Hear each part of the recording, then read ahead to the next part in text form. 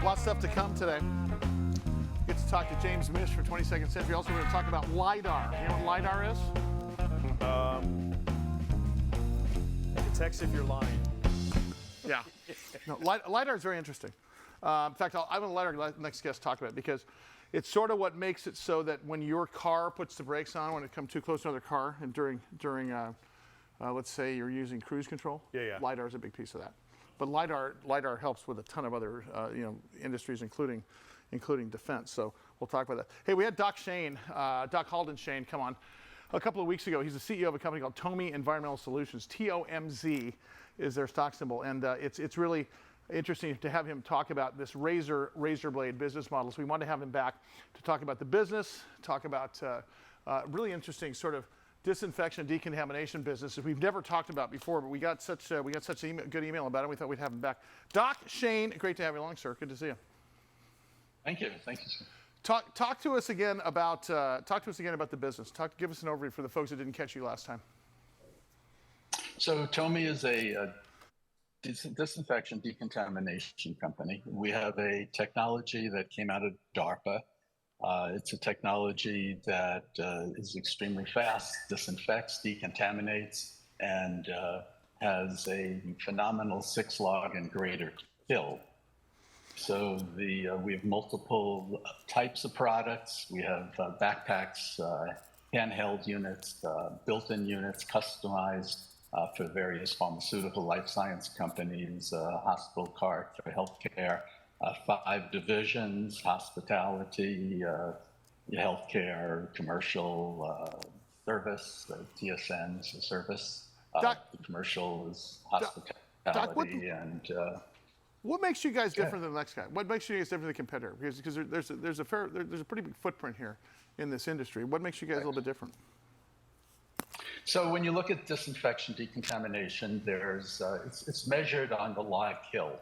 So 3 log kill is 99.9, 4 log kill is 4.9s, 99.99, 6 log kills greater is 99.999. That's how you measure it. So sanitization is the 3 log, disinfection is the 4 log, and disinfection plus sterilization is the 6 log. So that's how it's measured. From a competitor standpoint, there's really 3 groups. One is the 6 log and greater, which is our competitor, would be SteraMist's and Ecolab Bioquell.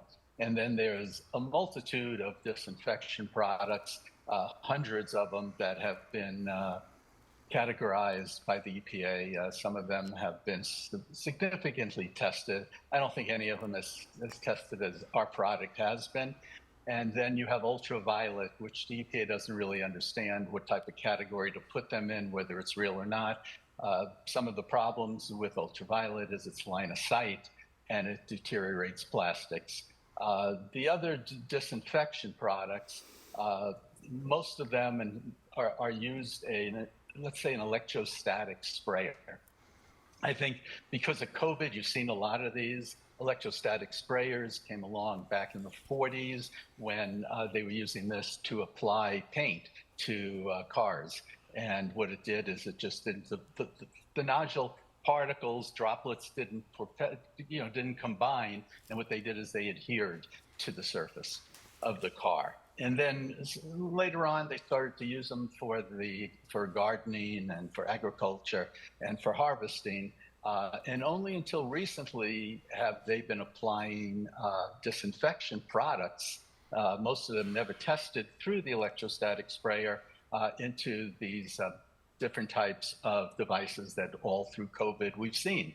Some of them have survived COVID. EPA didn't know how to handle this.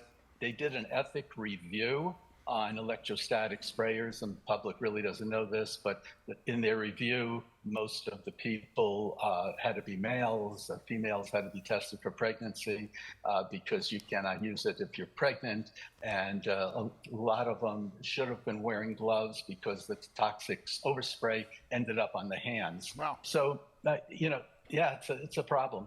Our product, SteraMist's, checks all the boxes. So, we've gone through ethical studies for the EPA.